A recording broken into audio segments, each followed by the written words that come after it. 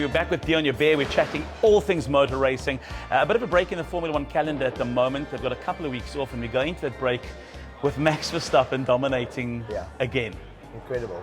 I think we're looking at the era of Max Verstappen, and it's very interesting to me the idea that you get dominant sportsmen in every sport. Yes. And we all think Formula One is so driven with technology and so on, but we still get dominant sportsmen. So we've had the era of Schumacher, and obviously previously, Schumacher before.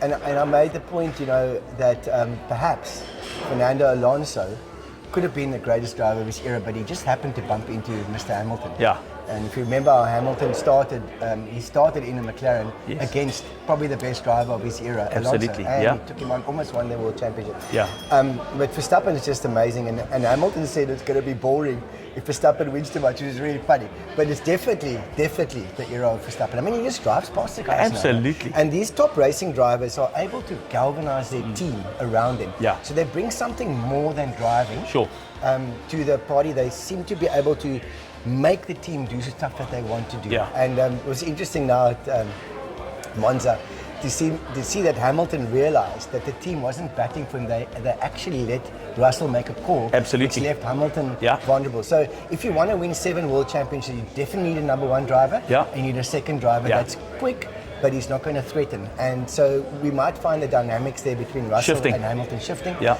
And Hamilton is also at the end of his career, and Russell potentially starting is a great racing driver. Absolutely. So we'll have to see.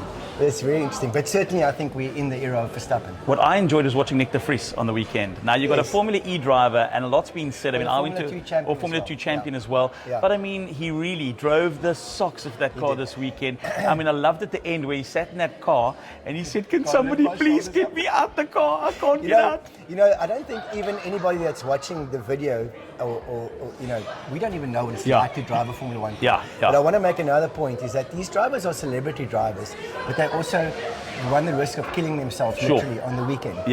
So they have to produce. As soon as they slack off a little bit, there's a new guy. There's a new guy. So Hamilton probably might be going through his head that he needs to retire. Yes. Or otherwise he's going to have to dig really deep. I mean, the man is at the end of his career. A brilliant career, but still, Look at the Ferraris. Let's talk from the Mercedes across to the Ferrari garage, and I was just hoping they do just a bit more than they did on the weekend.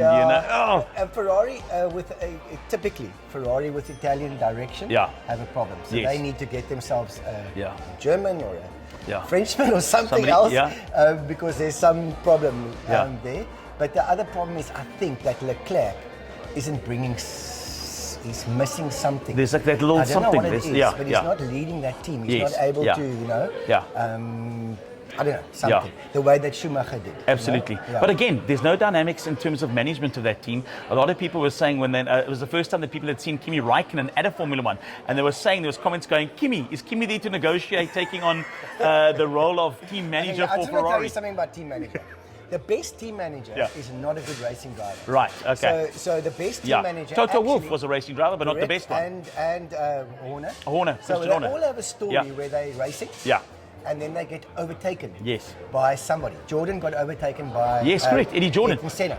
He was like, that's it, I'm done. And Horner mentions in an interview that he saw Montoya going into a fast corner, and he said, "There's never in my life that I will be able to go that fast into that fast corner."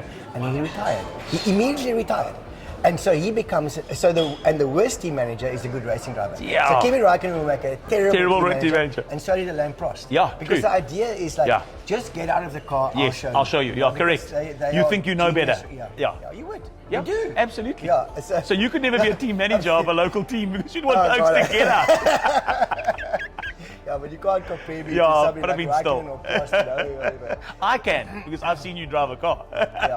From international motor racing, Deon, to a local, and this is good. I mean, we're normally based out at Kalani International Raceway. The good news is that relationship that they have with the city of Cape Town has been extended. There was always a story about the lease. And I've been part of Kalani my whole life, and I know the effort that people like my father and his group of lifelong friends put into Kalani. Never cost the city of Cape Town anything. And also a racetrack, and funny enough, motorsport as such is so deep. So a racetrack has got marshals. Absolutely. It does driver training. and obviously provides an out for people who would otherwise be racing somewhere else. Men need to race cars. And then also in the sport itself, there's, as I said, room for marshals, mechanics, it's all kinds of things. You know, the kids that grow up with karting, even though the father sort of bankrupts himself, it's a wonderful sport because in some way, if you play rugby or you surf or whatever, you can do it on your own. Yes. But motorsport, it's a team the only sport. oak that's going to help you is your dad. And then after that, you know, there's a story about Schumacher at 11, he wobbled a bit and his sponsor called him in and said, and he had to pull right because you can't do motor racing on your own.